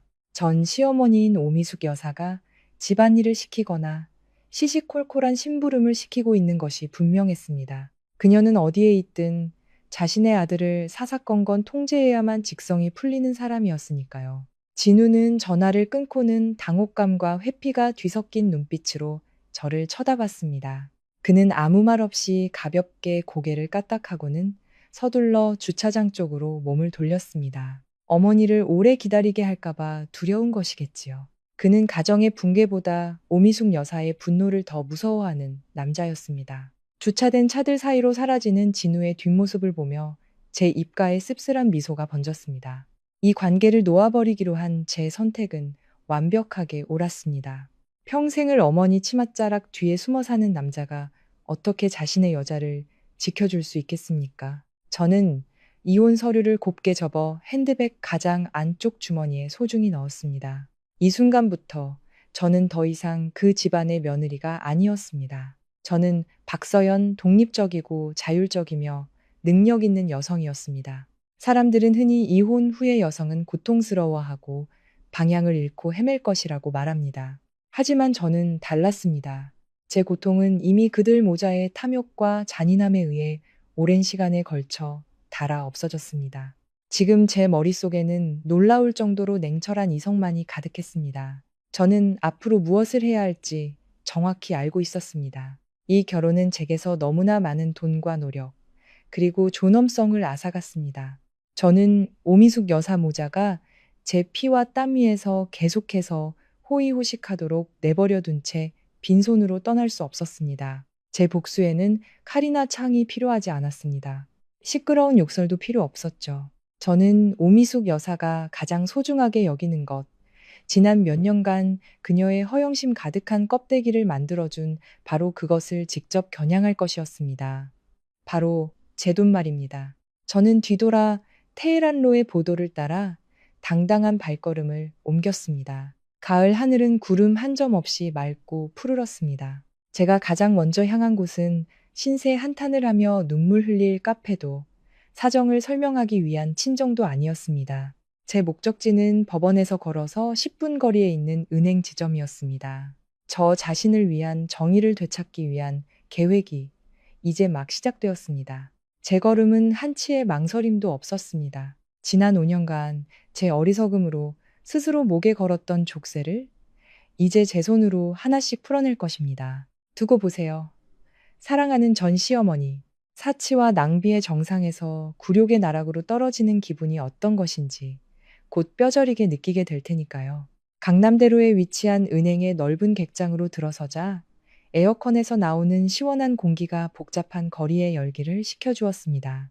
깔끔한 유니폼을 입은 은행원들이 유리창 너머에서 분주하게 움직이고 있었습니다. 저는 번호표 발급기에서 카드 업무를 누르고 대기석에 앉아 차분히 제 차례를 기다렸습니다. 기다리는 동안 숨막혔던 지난 5년간의 기억이 마치 슬로우 모션 필름처럼 선명하게 떠올랐습니다. 제가 처음 그 집에 들어갔을 때 오미숙 여사는 위험 있는 시어머니로서의 태도를 분명히 했습니다. 그녀는 제게 늘 부드러운 목소리로 말했습니다. 요즘 며느리는 경제적인 능력도 갖추고 시댁과 친정 양쪽을 모두 잘 챙겨야 현명한 여자 소리를 듣는 거란다. 그때의 저는 어리석게도 그 달콤한 말을 믿었습니다. 유명 화장품 회사의 마케팅 본부장으로서 제 수입은 작은 가정을 꾸리기에 충분하고도 남았습니다. 하지만 오미숙 여사의 탐욕에는 끝이 없었습니다. 그녀가 제가 이 은행에서 매우 높은 신용한도를 가지고 있다는 사실을 알게 되면서 모든 것이 극에 달했습니다. 그녀는 온갖 이유를 대며 제게 가족 카드를 발급하라고 압박했습니다. 온 가족이 먹을 식료품을 사려면 카드가 하나 필요하겠구나. 공과금 결제할 때도 카드가 있으면 편하지 않겠니? 나중에는 친구들과의 모임에 나가서 카드를 긁지 못하면 우리 집안 체면이 깎이고 결국 능력 있는 며느리인 4명의 흠이 간다며 눈물까지 흘렸습니다. 제가 망설이자 그녀는 아프다며 식사를 거부했고 진우는 옆에서 제가 융통성 없고 가족에게 인색하다며 계속해서 저를 비난했습니다. 결국 저는 가정의 평화를 위해 굴복했습니다. 한 장이 아니었습니다. 오미숙 여사는 저를 압박해 총 8개의 가족 카드를 만들게 했습니다. 그녀는 자신과 자신의 여동생 명의로 된 카드 몇 개를 챙겼고 나머지는 자신이 보관하며 마음대로 친척들에게 빌려주며 마치 집안의 공용 재산처럼 사용했습니다. 8개의 카드는 모두 제주카드와 한도를 공유했습니다. 매달 결제일이 되면 은행은 제 월급 통장에서 자동으로 카드 대금을 인출해갔고 월급이 들어오자마자 거액이 빠져나갔습니다. 그날 이후 제 휴대폰은 카드 사용 알림 문자로 쉴 틈이 없었습니다. 오미숙 여사는 제 카드로 명품 가방을 사고 고급 스파에서 피부 관리를 받고 서울에서 가장 비싼 레스토랑에서 친구들에게 한턱을 냈습니다. 그녀는 제 돈을 마치 하늘에서 떨어진 돈, 결코 마르지 않는 금광처럼 여겼습니다. 우리 부부의 생활비는 모두 진우가 월급이 적다는 핑계로 제게 떠넘겼습니다. 135번 고객님, 3번 창구로 와주십시오. 안내방송 소리가 제 씁쓸한 생각의 흐름을 끊었습니다. 저는 자리에서 일어나 심호흡을 한번 하고 창구로 향했습니다. 젊은 은행원이 상냥한 미소로 저를 맞았습니다. 저는 핸드백을 열어 신분증과 필요한 서류들을 꺼내 유리 테이블 위에 올려놓았습니다. 그리고 단호하고 분명한 목소리로 말했습니다. 안녕하세요. 제 주계정에 연결된 가족카드 8개 전부를 영구 해지하고 싶습니다. 지금 바로 시스템에서 즉시 정지 처리 부탁드립니다. 은행원은 한 번에 이렇게 많은 수의 카드를 해지해달라는 요청에 조금 놀란 듯 했습니다. 그녀는 제게 양해를 구하고 컴퓨터 시스템을 확인하기 시작했습니다. 타닥타닥 키보드 소리가 규칙적으로 울렸습니다. 잠시 후 그녀는 고개를 들어 저를 보며 확인차 물었습니다. 박서연 고객님, 현재 고객님 계정에 총 8개의 가족카드가 연결되어 있습니다. 공유 한도액이 상당히 큰데 정말로 전부 영구 해지하시겠습니까? 이 절차를 진행하면 해당 카드들은 즉시 사용이 불가능해지고 어떤 거래도 할 수 없게 됩니다. 저는 망설임 없는 눈빛으로 미소 지으며 고개를 끄덕였습니다. 네, 확실합니다. 모든 가족 카드를 영구 정지시켜 주시고 카드 사용자들의 권한도 모두 삭제해 주세요. 추후 조회가 필요할 경우를 대비해 오늘 요청 기록과 명세서도 출력 부탁드립니다. 이 시간부로 제 한도에서 단 1원이라도 다른 사람이 사용하는 것을 원치 않습니다. 은행원은 신속하게 몇 장의 확인 서류를 출력했습니다. 고객님, 내용을 꼼꼼히 확인하시고 각 페이지 하단 요청자란에 서명 부탁드립니다. 저는 펜을 들고 종이 위에 인쇄된 명확한 글자들을 훑어보았습니다. 서명을 하나씩 할 때마다 보이지 않는 족쇄가 하나씩 끊어지는 기분이었습니다. 마지막 서명을 마쳤을 때 은행원의 컴퓨터 화면에도 거래 성공이라는 메시지가 떴습니다. 제 피와 땀을 빨아먹던 8개의 카드는 이제 공식적으로 쓸모없는 플라스틱 조각이 되었습니다. 은행원은 서류를 정리하고 선명한 붉은 도장을 찍은 뒤 제게 사본 한 부를 건넸습니다. 고객님, 모든 절차가 완료되었습니다. 이 시간부로 8개의 가족 카드는 저희 은행 발급 시스템에서 영구적으로 정지되었습니다. 안심하셔도 좋습니다. 저는 영수증을 받아들고 은행원에게 감사 인사를 한 뒤 밖으로 나섰습니다. 한낮의 햇살이 아스팔트 위로 뜨겁게 내리쬐고 있었지만 제 마음속에서는 시원하고 상쾌한 기운이 솟아올랐습니다. 지난 5년간 제 가슴을 짓누르던 수천 근의 바위가 마침내 치워진 기분이었습니다. 저는 오미숙 여사가 그토록 당연하게 제 피를 빨아먹던 수도꼭지를 제 손으로 직접 잠가버렸습니다. 이것은 단순히 제 재산을 지키기 위한 행동이 아니었습니다. 그것은 그 가족의 오만함을 베어버리기 위해 제가 휘두른 첫 번째 날카로운 칼날이었습니다. 길 건너 오래된 나무 그늘 아래 서서 저는 핸드백에서 휴대폰을 꺼냈습니다. 배경화면은 출장 중에 찍었던 평화로운 풍경 사진이었습니다. 이제 이 썩어빠진 결혼 생활의 마지막 잔재들을 사이버 공간에서도 청소할 시간이었습니다. 저는 주소록을 열어 김진우라는 이름을 찾았습니다. 아무런 미련 없이 연락처 차단 버튼을 눌렀습니다. 다음은 카카오톡과 같은 메신저 앱과 소셜미디어였습니다. 진우가 제게 연락할 수 있는 모든 수단을 가차없이 차단했습니다. 그에게서 비겁한 변명을 단 한마디도 더 듣고 싶지 않았습니다. 그가 다른 여자와 호텔에서 뒹구는 사진, 제가 이혼 소송을 결심하게 만든 결정적인 증거는 제 휴대폰 비밀 폴더에 여전히 선명하게 저장되어 있었습니다. 그 배신은 너무나도 더러웠고 그의 목소리로 제 귀를 더럽히고 싶지 않았습니다. 하지만 오미숙 여사의 번호에 이르렀을 때 제 손가락은 잠시 멈칫했습니다. 머릿속에 스치는 생각에 입꼬리가 차갑게 올라갔습니다. 지금 그녀의 번호를 차단하는 것은 너무 쉽고 지루한 일이었습니다. 저는 그녀가 서서히 공포의 맛을 음미하기를 바랐습니다. 자신의 금광이 순식간에 사라졌다는 것을 깨달았을 때 그녀가 절망 속에서 제게 전화하고 울부짖는 모습을 보고 싶었습니다. 그래서 저는 전 시어머니의 번호를 차단하지 않기로 했습니다. 대신 설정에 들어가 그녀의 번호에만 완전 무음 모드를 설정했습니다. 그녀가 휴대폰이 불타도록 전화를 걸어도 제 휴대폰은 울리지도 진동하지도 않으며 이제 막 시작된 저의 평화를 방해하지 않을 것입니다. 모든 일을 마친 후 저는 길가에서 천천히 다가오는 택시를 세웠습니다. 운전기사가 차를 세우자 저는 뒷좌석에 올라타며 송파구 잠실에 위치한 한 고급 오피스텔 주소를 말했습니다. 택시는 서울의 번잡한 차량 행렬 속으로 합류했습니다. 차창 너머로 익숙했던 거리들이 빠르게 뒤로 물러났습니다. 거리의 모든 풍경, 모든 나무가 평소와는 다르게 보였습니다. 아마도 풍경을 바라보는 사람의 마음가짐이 바뀌었기 때문일 터였습니다. 저는 성북구의 어느 낡고 축축한 골목, 깊숙한 곳에 있던 3층짜리 빌라를 떠올렸습니다. 그곳은 오미숙 여사가 아무렇게나 피워대는 향 냄새와 자신의 품격을 과시하기 위해 뿌려대던 저렴하고 독한 향수 냄새로 항상 공기가 탁했습니다. 그 집은 마치 저의 시집살이처럼 늘 어둡고 햇빛이 부족했습니다. 아침에 일어나면 온 가족의 아침 식사를 차려야 했고, 퇴근 후 지친 몸으로 돌아와서도 오미숙 여사의 친구들이 화투판을 벌인 뒤 어질러 놓은 전쟁터를 치워야 했습니다. 집안의 모든 물건은 그녀의 뜻대로 배치되어야 했습니다. 제가 침실 창가에 작은 화분 하나를 놓아도 그녀는 풍수지리에 맞지 않는다는 핑계로 쓰레기통에 던져버렸습니다. 하지만 이제 그 모든 끔찍한 것들은 영원히 과거가 되었습니다. 택시는 새로 지어진 보안이 매우 철저한 오피스텔 단지 앞에 멈춰섰습니다.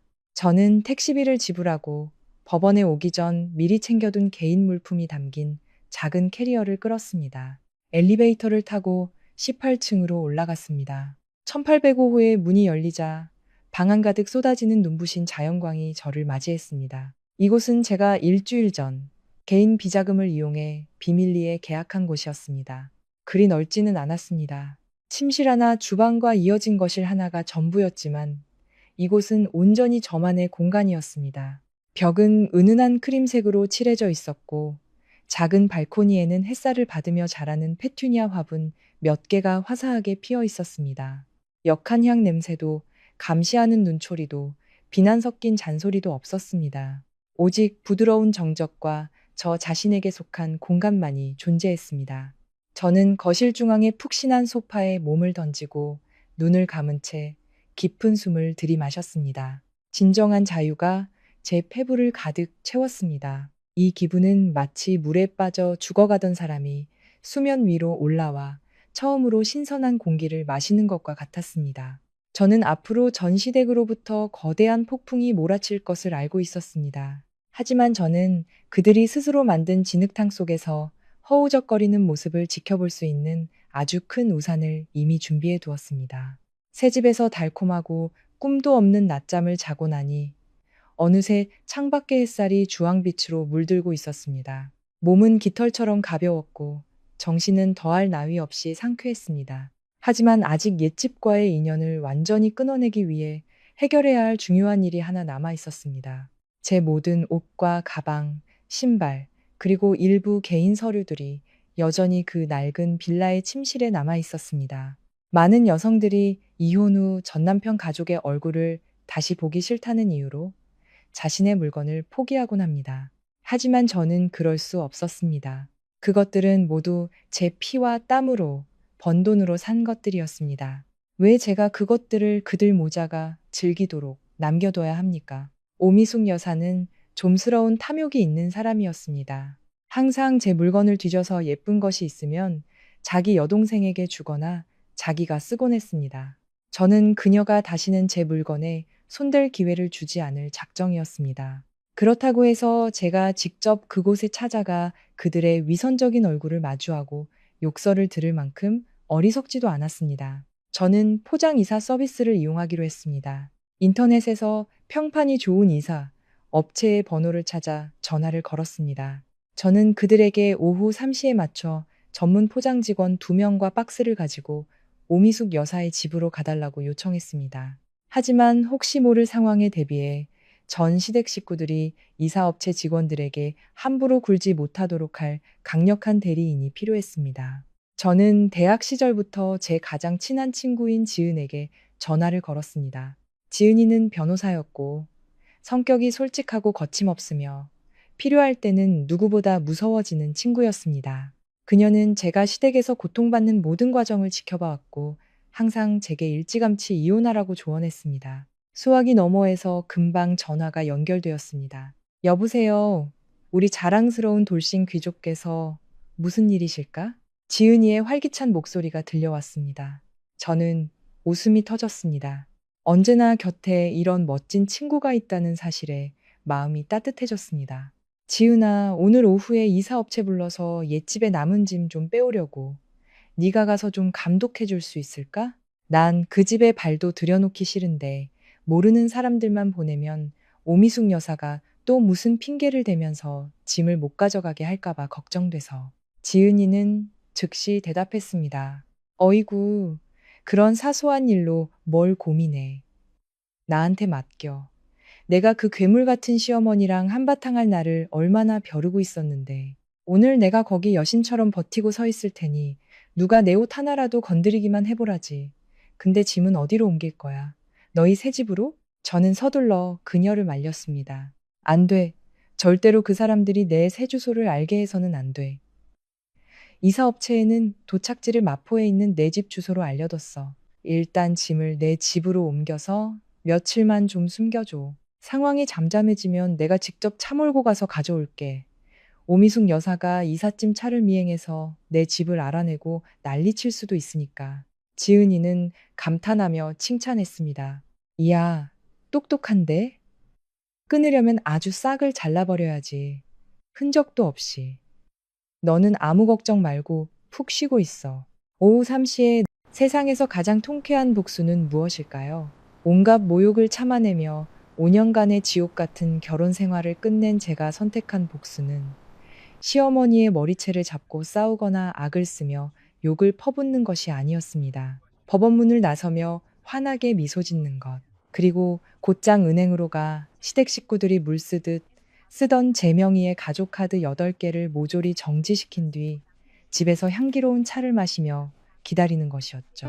아무것도 모르는 전 시어머니가 그저 플라스틱 조각이 되어버린 카드를 들고 의기양양하게 도박장으로 향했다가 2억 원이라는 어마어마한 빚더미에 올라앉아 나락으로 떨어지는 그 순간을 말입니다.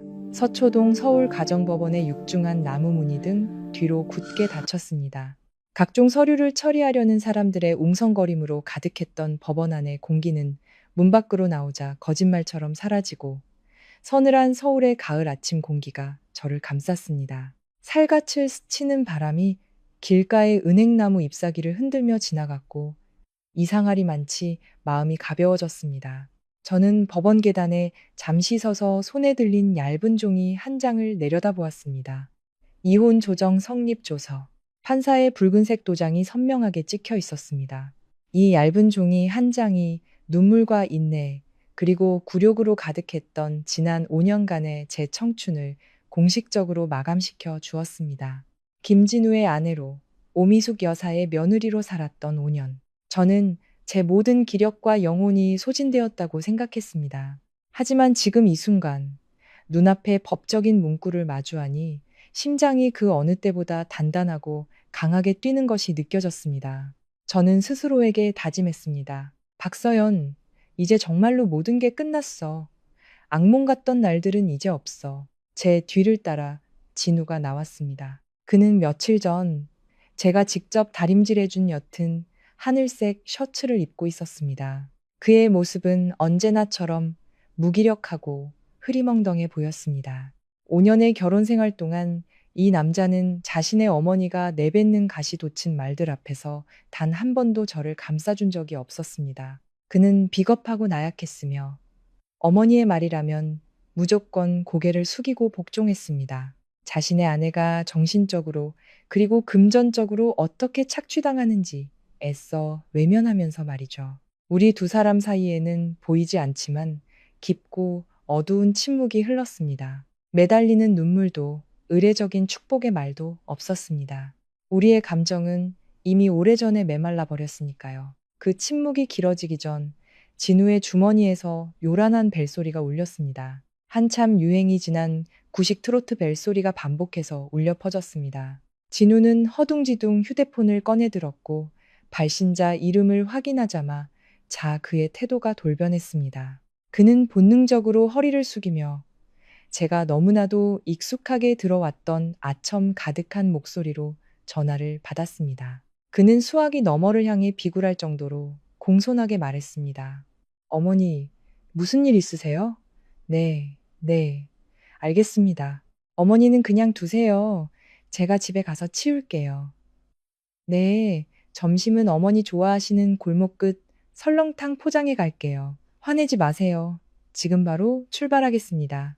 저는 세 걸음 떨어진 곳에서 불과 몇 분 전까지 제 남편이었던 남자의 네, 네 하는 목소리를 똑똑히 들었습니다.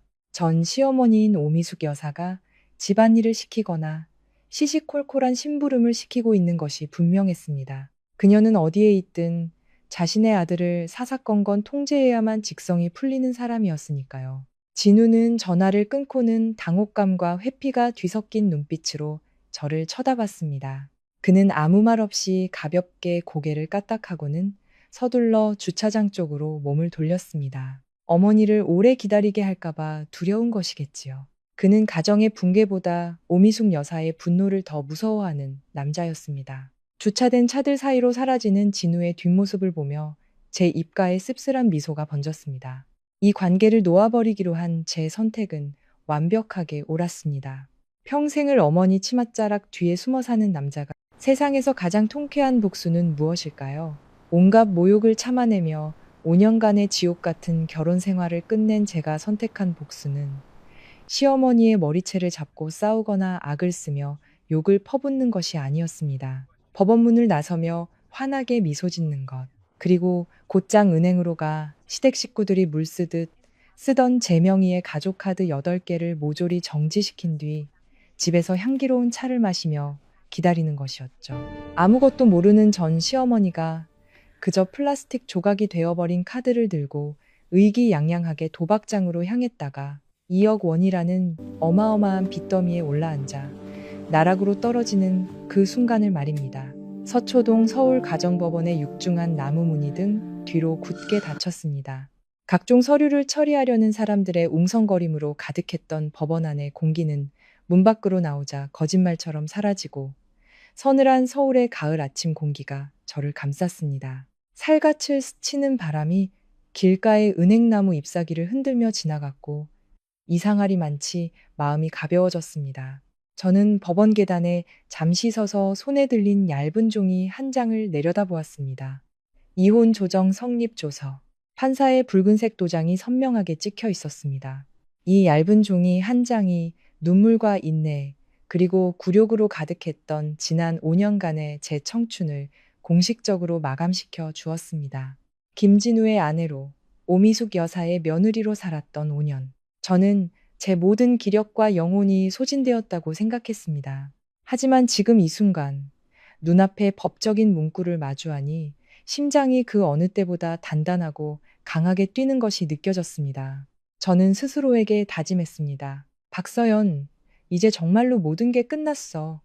악몽 같던 날들은 이제 없어. 제 뒤를 따라 진우가 나왔습니다. 그는 며칠 전 제가 직접 다림질해준 옅은 하늘색 셔츠를 입고 있었습니다. 그의 모습은 언제나처럼 무기력하고 흐리멍덩해 보였습니다.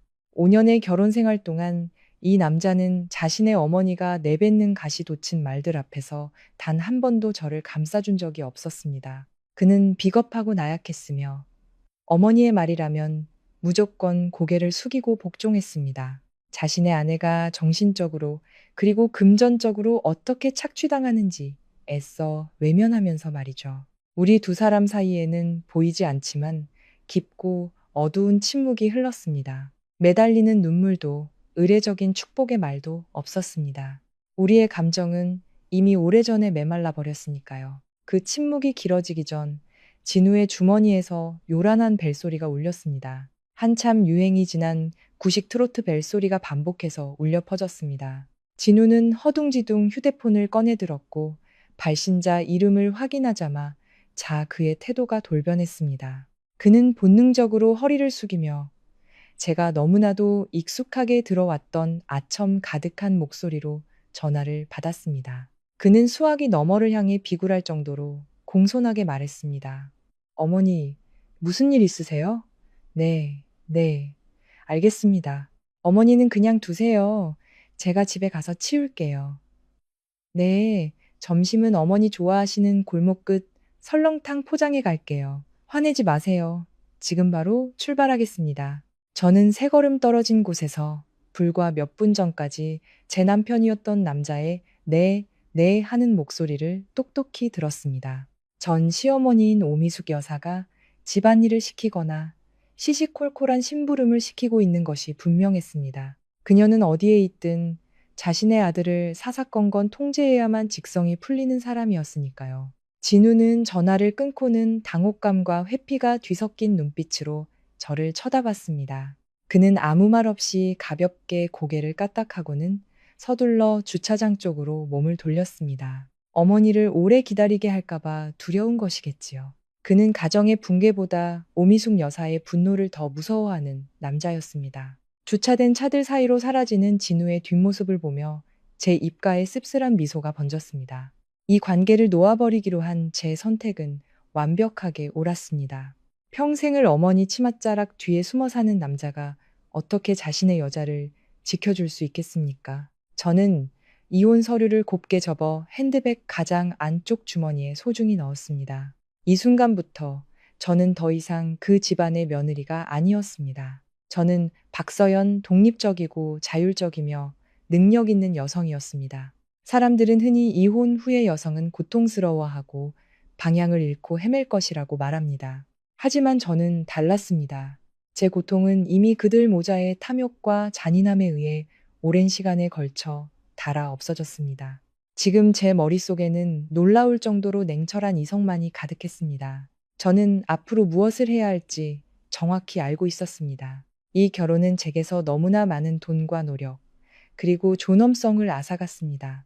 저는 오미숙 여사 모자가 제 피와 땀 위에서 계속해서 호의호식하도록 내버려둔 채 빈손으로 떠날 수 없었습니다. 제 복수에는 칼이나 창이 필요하지 않았습니다. 시끄러운 욕설도 필요 없었죠. 저는 오미숙 여사가 가장 소중하게 여기는 것, 지난 몇 년간 그녀의 허영심 가득한 껍데기를 만들어준 바로 그것을 직접 겨냥할 것이었습니다. 바로 제 돈 말입니다. 저는 뒤돌아 테헤란로의 보도를 따라 당당한 발걸음을 옮겼습니다. 가을 하늘은 구름 한 점 없이 맑고 푸르렀습니다.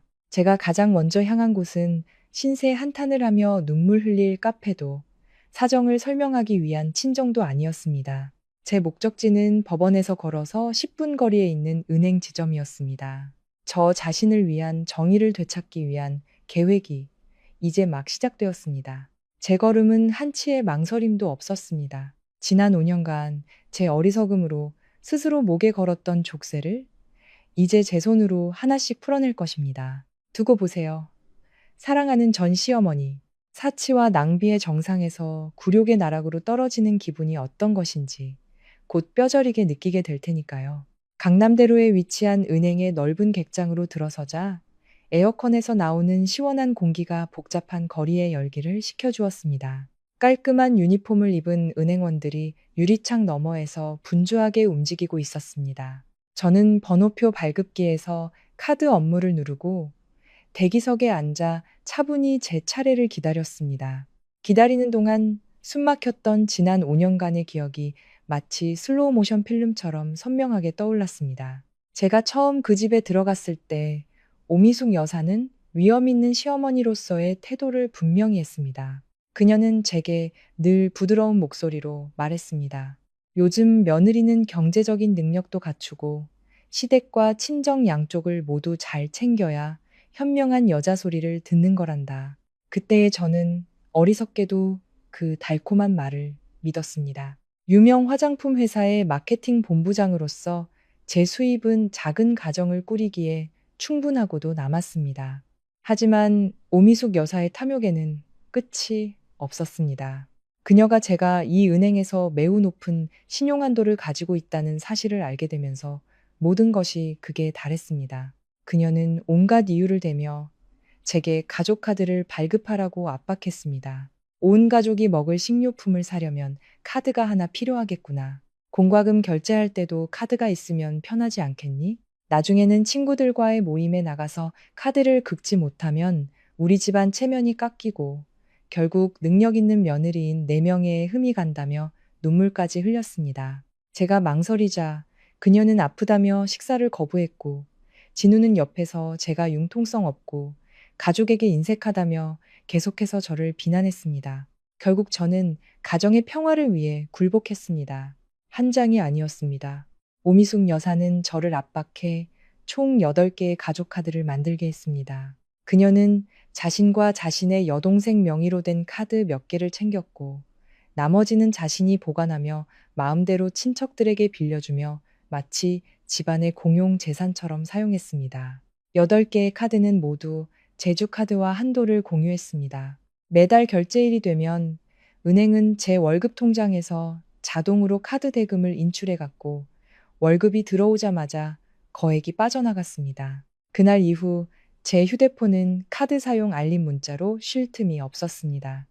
오미숙 여사는 제 카드로 명품 가방을 사고 고급 스파에서 피부 관리를 받고 서울에서 가장 비싼 레스토랑에서 친구들에게 한턱을 냈습니다. 그녀는 제 돈을 마치 하늘에서 떨어진 돈, 결코 마르지 않는 금광처럼 여겼습니다.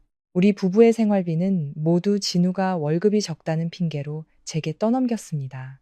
135번 고객님, 3번 창구로 와주십시오.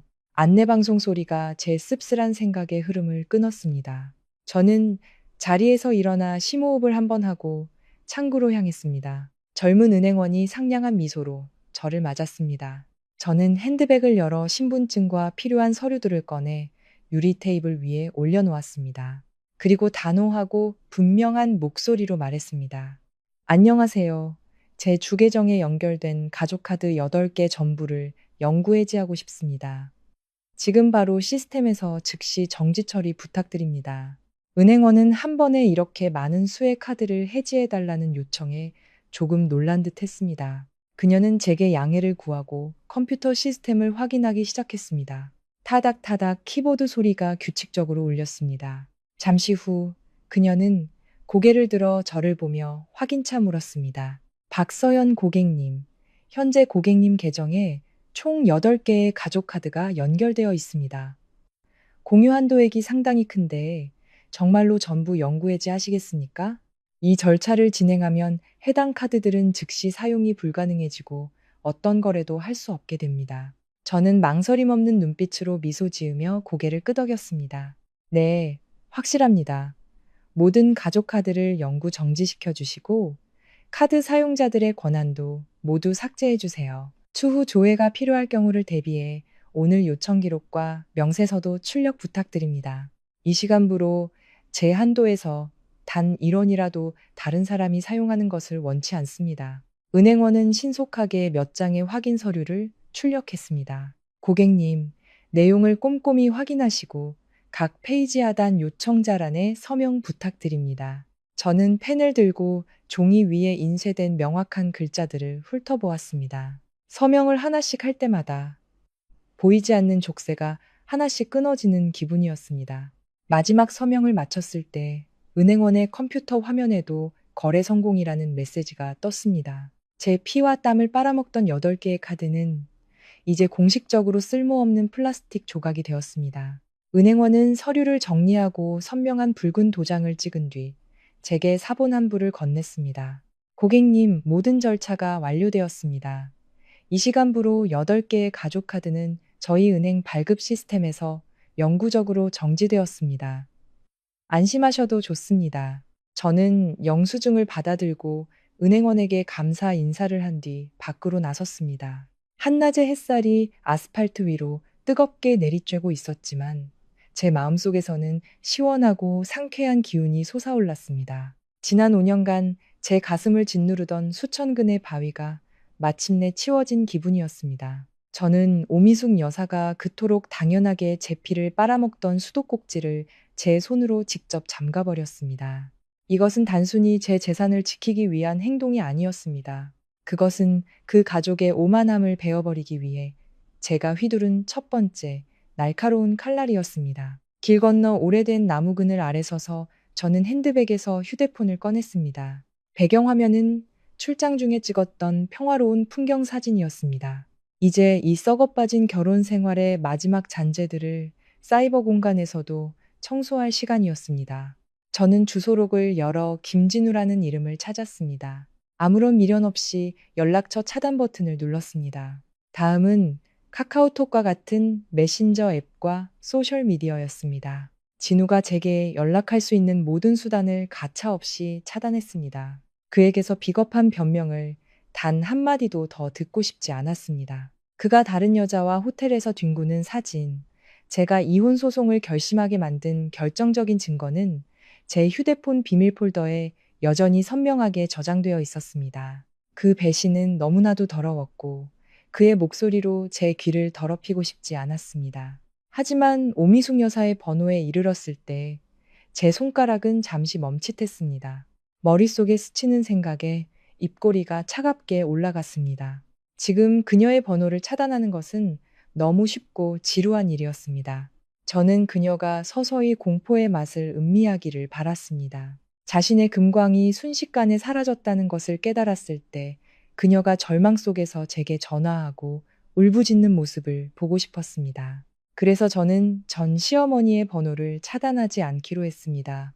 대신 설정에 들어가 그녀의 번호에만 완전 무음 모드를 설정했습니다. 그녀가 휴대폰이 불타도록 전화를 걸어도 제 휴대폰은 울리지도 진동하지도 않으며 이제 막 시작된 저의 평화를 방해하지 않을 것입니다.